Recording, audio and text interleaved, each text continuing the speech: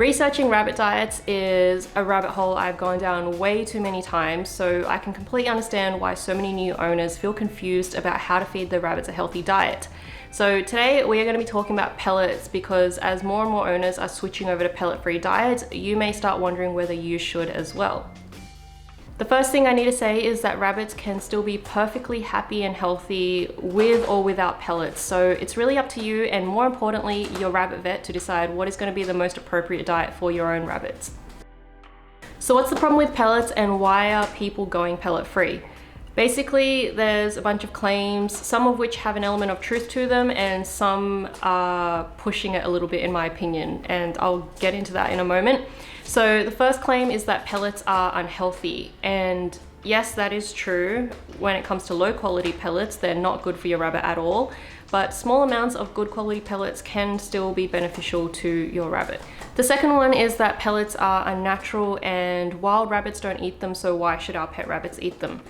Again, this is true, but wild rabbits also don't eat commercially farmed hay and veggies that have been selectively bred over many years for human taste. So it's actually really hard for the average rabbit owner to truly replicate a wild rabbit diet, and that is where good quality pellets can help. The third one is that pellets swell up in the rabbit's stomach, and this can cause bloat, blockages, GI stasis.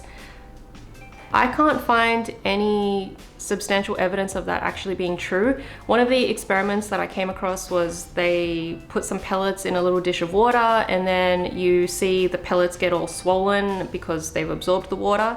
But I have to ask you, do you really think that is an accurate representation of the conditions inside a rabbit's stomach? Are we completely disregarding the digestive system, like their teeth chewing the food and the stomach acids breaking it down further?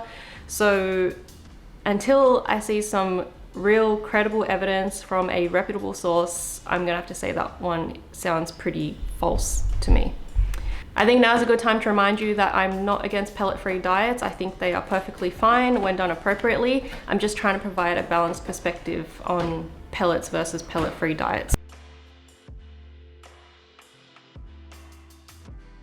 The basic idea of a pellet-free diet is that the non-hay part of the diet, which should be a pretty small part, that is made up of leafy greens, and it can be the kind that you get in the supermarket or it can be wild greens that you get from outside that are safe for your rabbits, of course. While I was doing the research for this video, I had made a list of pros and cons for feeding pellets to your rabbits, and then I realized that some of those actually apply to both pellet and pellet-free diets. For example, the first pro that I wrote was that pellets can be used as an enrichment tool for toys, training, and encouraging exercise. And then I realized that you can do that with greens as well. It's probably just a little easier with pellets. Then the second one is that pellets are a good way to track their appetite and make sure that your rabbit is still interested in food, because if they're turning down food, it could mean that they're sick or in pain. And again, I realized that the same thing can be achieved with their favorite greens or natural treats like fruits, so it doesn't have to be pellets. And for the cons, I wrote that feeding too much or the wrong kind can be problematic to their health. Again, this can apply to greens as well. Feeding them too much of the wrong kind of greens can cause stomach upset and all kinds of issues. So the only true advantages that I could think of that pellets have over greens is that pellets are more convenient because you can just buy a bag that will last you many months, even a year, and you don't have to wash and prep them before feeding them to your rabbit. And the second one is that they give you a more controlled way of providing nutrients because they're more consistent.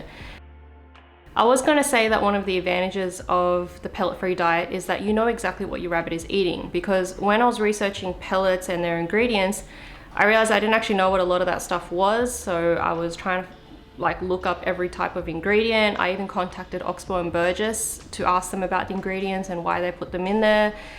And it became one of those things where I realized the more you learn, the more you realize you don't actually know anything. So I thought, okay, well, if you're feeding greens, at least you know what your rabbit is eating. But then I started thinking, everyone's always talking about giving your rabbit extra nutrients that it needs, but does anyone actually know what those nutrients are and how much of that is in every leaf that they feed their rabbit and what their rabbit's individual nutritional needs actually are?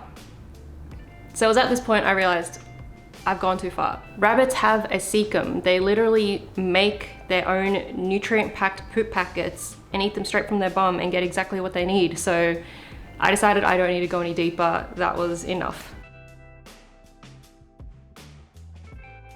I've evaluated my rabbit's diet a couple times and I don't think I would cut out pellets because I consider myself a pretty average rabbit owner, so I don't have regular access to a lot of the stuff that wild rabbits would eat. Rabbits aren't native to Australia, so the wild forage, it's not readily available where I live.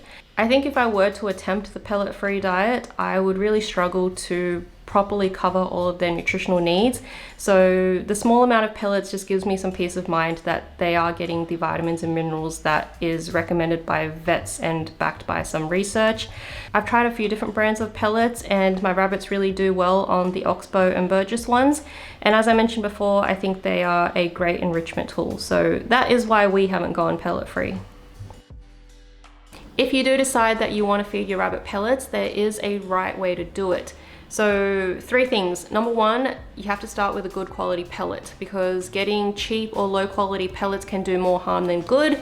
So if you can't get good quality pellets, you're better off not feeding pellets at all and you might as well do the pellet-free diet. The second one is don't feed them more than the recommended amount. Pellets are a high energy food, so feeding them too much can very easily lead to obesity and other health issues, so stick to that amount unless otherwise advised by your rabbit vet. Number 3, you don't need a bowl. Use this as an opportunity to provide some enrichment to your rabbit, so you can hide it in toys, scatter them on the floor if you're lazy. It gets them exercising and that movement will help to keep their guts moving, and don't worry about the mess, they'll clean it all up anyway. So at the end of the day, pellets or no pellets, either is fine, and I hope this video has helped you to make a more informed decision about your rabbit's diet, and I will speak to you guys next time.